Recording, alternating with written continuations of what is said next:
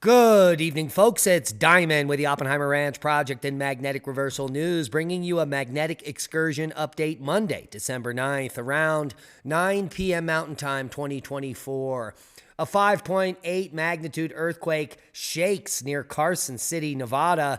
This is after 36 hours of elevated activity on the Pacific Rim with multiple 6 magnitude earthquakes.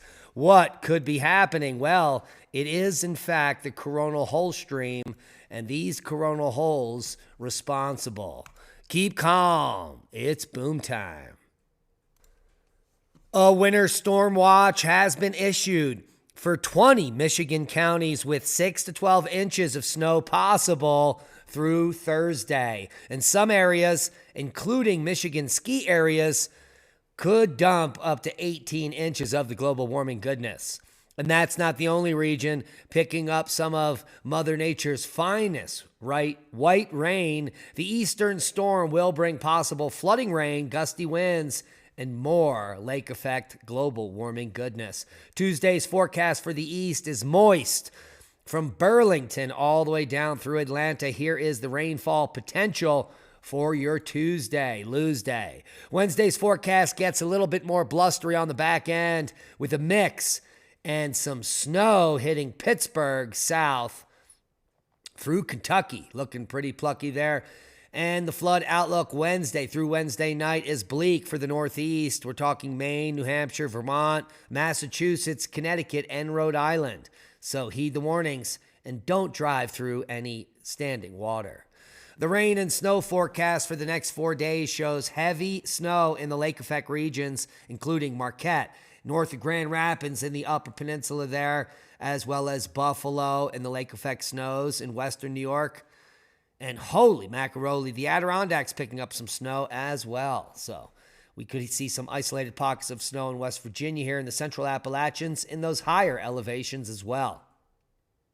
And here's the full forecast. Critical to extremely critical fire weather conditions in Southern California. Heed the warnings and the far tippy touch here. Do not flick your cigarette butts out the window. Excessive rainfall along the central Gulf Coast could lead to some flooding there in the New Orleans area.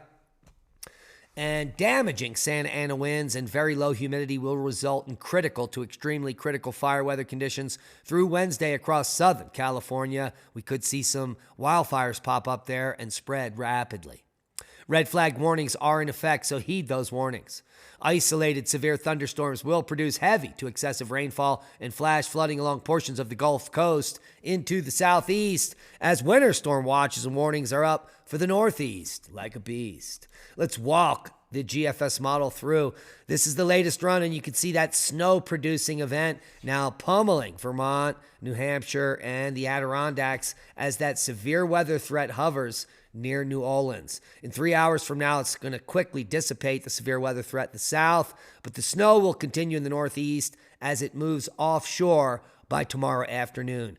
Another developing system tomorrow will bring severe weather to the southeast in those same regions, including Alabama, Mississippi, Georgia, and New Orleans once again. And heavy snow returns on the back end of this second system that will bring heavy flooding rain and more snows to the northeast through Friday. And at the same time, Thursday, a storm is going to be moving in the west and dipping down into California, bringing much needed moisture to the Sierra Spine, as well as many other regions in the west, as system after system moves east, pummeling the northeast and the east with rain and snow. Let's take a look at the total snowfall as we move on towards Christmas. Here is your Tuesday into Wednesday, and you can see that's how much snow is going to be falling up in the northeast in just the next 24 hours. Could be a foot or more in many of the regions you see there in pink. Also, we're going to be seeing some heavy snow move down the southern Rockies here all the way into New Mexico, except we're just in a dry hole here. We're in this white region here, far down southeast. We'll move the pattern through Wednesday into Thursday. You're going to see that snow in the central Appalachians develop here, and another system hits the northeast. More snow for the west, bringing several feet of snow to the Sierras through the end of the weekend, and another system from Michigan This is the snowfall through Monday morning. Pretty significant. That is just the next 7 days of precipitation of the global warming goodness. Al Gore is not happy. No bundt cake for Al. A 5.8 magnitude earthquake shakes near Carson City, Nevada. The good news is that, well, no injuries or damage has been reported. But the quake was reportedly felt as far away as San Francisco and even Fresno. According to the USGS, a 5.8 magnitude struck 40 miles east of Carson City, Nevada on Monday. The quake hit at 3:12 p.m., followed by a 3 and a 2.5 a short time later. And that's not the only quake of note. More activity at the New Madrid fault zone. And we've noticed quite an uptick here. Let's take a look at 7 days, all magnitude, and see what we can glean here. So the New Madrid region is rocking. 1, 2, 3, 4, 5, 6, 7, 8, 9 earthquakes in the New Madrid zone. Is that something we need to be worried about? We've seen this uptick as much as 15 or more in a 7-day period, but something is definitely afoot in the New Madrid region. We've also seen an uptick in activity along the Pacific Rim here, the Ring of Fire. And look, a very rare quake happening in Western Australia, 3.9 there. This may all be due to an enhanced coronal hole stream. And we'll get to that in a moment, so keep your eye on the prize. Worldwide volcano news update. Ibeco, the first on the list for Monday, the 9th of December, 13,000-foot blast there. Semeru, who knew? Now you do. Puffing and passing today. Nevado de Ruiz, 20,000-foot. Fuego to 15. Here is a map of the Svartsengi volcano. The eruption has subsided for the first time since the 7th eruption kicked off about 2 weeks ago. But the area continues to swell. This event, this ongoing multi-year event, is not over, folks, and it may linger for years, decades, or even longer. Home Reef, a new lava flow detected through thermals there. Conleon, 18,000-foot blast earlier this morning, and then an uptick here. A massive eruption creating billowing ash plumes and significant pyroclastic flows today, which resulted in the alert level being risen to 3. Fuego to 15,000-foot. Manam on the list, 7,000-foot blast today. Popo to 19. Semeru on the list, an eruption has been reported. Santaguito, volcanic ash. Canleon.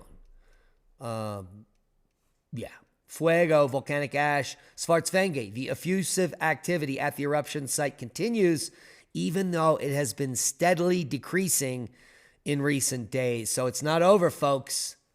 There's still a chance. Liwatobi puffing to 12,000-foot today. Manam to 7. Conleon, volcanic ash not identifiable. Wrapping up worldwide volcano news for the day. Hey. Now let's talk about the coronal hole and the uptick in seismicity. A solar wind stream flowing from a now geoeffective coronal hole is currently moving past Earth. We reached unsettled KP3 and KP4 geomagnetic activity, and the BZ component has been shifting south. That all may seem like Spanish to you, but it's simple.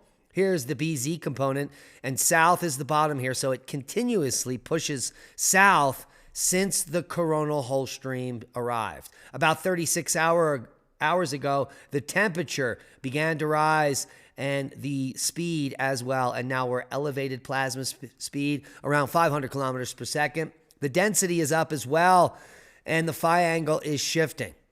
And this is bringing the BZ south, which is creating coronal hole conditions. This unrest, well, may trigger seismic activity on Earth. We know that large coronal holes in the past, and we're talking huge coronal holes, they trigger large earthquakes, 7.5 magnitude and greater on Earth.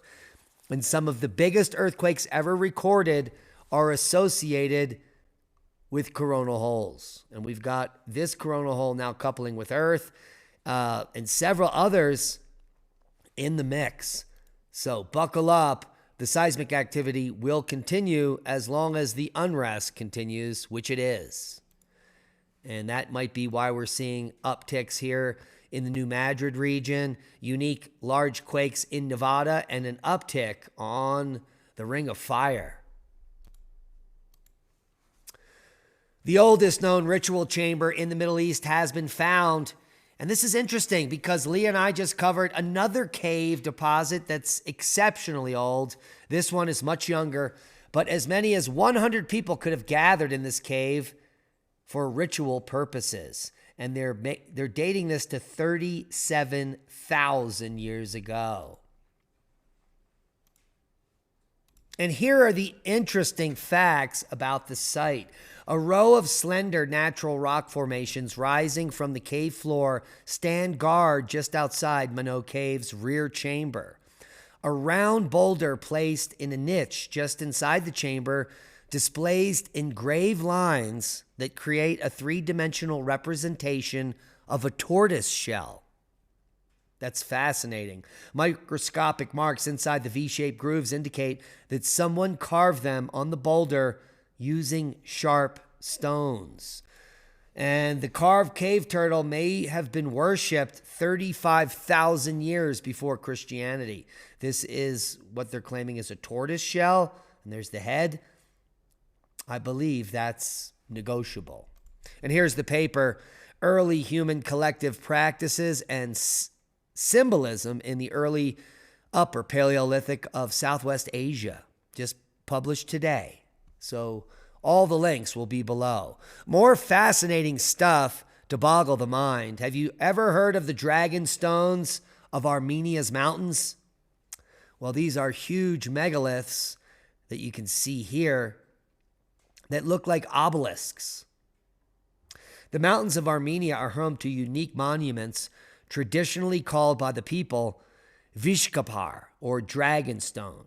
The main centers of their distribution are Mount Aragats and the Gamana Mountains.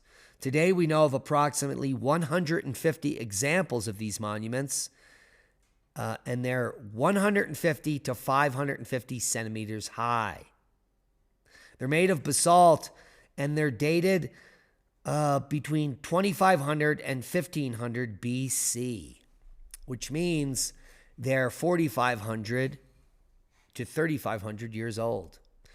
And what makes them fascinating is the markings on some of the backs of them. They seem to be anthropomorphs with a head, shoulders, arms, and a body. But on the backs are these bas-reliefs of two birds facing each other. Now, this wouldn't be of any note except that on Easter Island, the same bas-relief exists on the Moai on the back side. Is this a coincidence? Well, that's literally impossible. You see, because the same types of bas-relief motifs occur in Göbekli Tepe, which dates 7,000 years earlier than the Dragonstones.